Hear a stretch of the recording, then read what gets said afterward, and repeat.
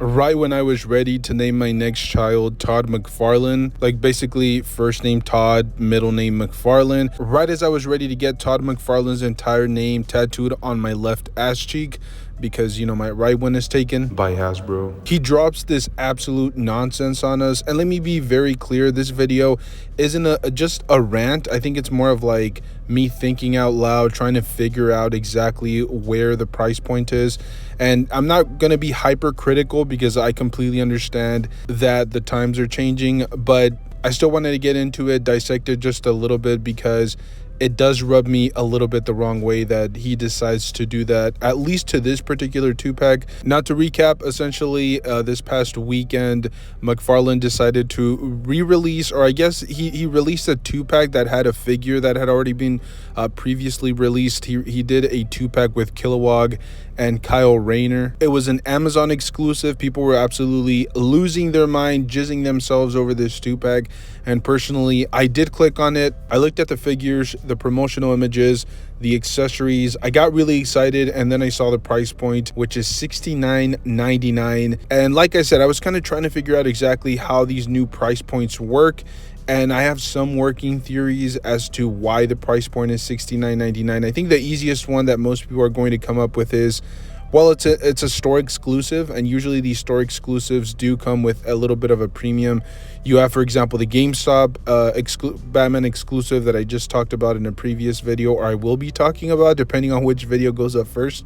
But I have a video specifically for those repaints. I'm not really going to get too in depth about it. Same thing with like the Entertainment Earth and Big Bad Toy Store figures.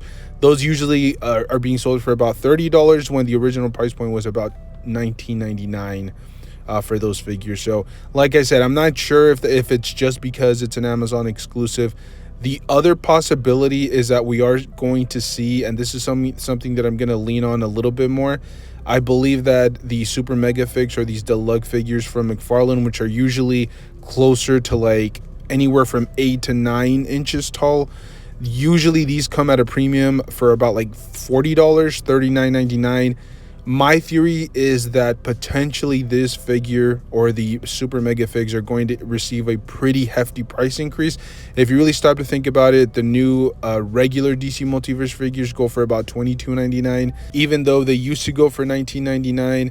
So it only makes sense that they would double that if it's going to be a super mega fig. So if a $20 figure went up by $3, we're just going to assume that the super mega fig went up to maybe like $6 to $7 higher, maybe even $8, just depending on how McFarlane decides to do his math.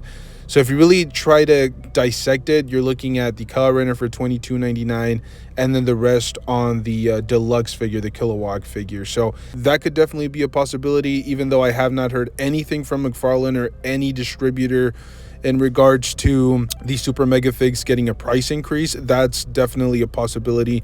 The other big possibility, and I guess this is like the third working theory, is that potentially the Kyle Rayner is being considered a collector's edition DC Multiverse figure. Usually, for those of you guys that are not familiar, the DC collector's figures are basically just DC Multiverse figures with extra accessories. In some cases, it's just a brand new sculpt, but they usually try to throw in a little bit more plastic in there. That's usually the case.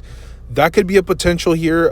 Maybe they're just keeping the deluxe figure or the super mega fig at the $40, and then the Kyle Rayner maybe bumps up to $30. Like I said, just trying to do the math in my head, but that $70 price point is a tad bit higher than what we're used to as collectors. Usually these would go for about $60. And if I'm not mistaken, not too long ago, I think they did a 3-pack with like a Batman, a Batgirl, and Clayface, and that one went for about $80. So the math made sense there. $20 each for the regular 7-inch DC Multiverse figures, and then for Clayface you would be paying the total of $40. So that made a lot more sense, and I think, and that wasn't even that long ago. But like I said, just in my personal opinion, it seems like this is going to be a price increase on the side of the deluxe figure, because as I said, the regular DC Multiverse line, even though we do see some pop up for $19.99, We are starting to see a lot of the newer figs coming out at $22.99. That's assuming they're not a part of any Build-A-Figure wave or a part of the 7-inch Page Punchers line. We're just going to assume that it's a regular figure. We do see a lot of them at $19, but most of them are coming out at $22.99. And if you add the deluxe figure, let's say there's a price increase there up to like maybe $47, then there you have the $70 price point. Now, let me clarify, I'm not that critical of the price point because, as I said, it just made sense that eventually the deluxe figures were going to get it as well. Not to mention, I do see a lot of like these smaller companies. For example, we do have that Loose Collectors werewolf figure coming out not too far into the future, and that particular figure is going for almost $100. And I believe they had an image on the website where they compared it to the Man-Bat action figure, and they are definitely very similar in size. The werewolf figure might have some better paint applications, slightly better sculpting, and then slightly better articulation, but you are paying well over twice what the Man-Bat action figure originally was going to retail for. So I honestly feel like the worst thing that you can do here is be hypocritical.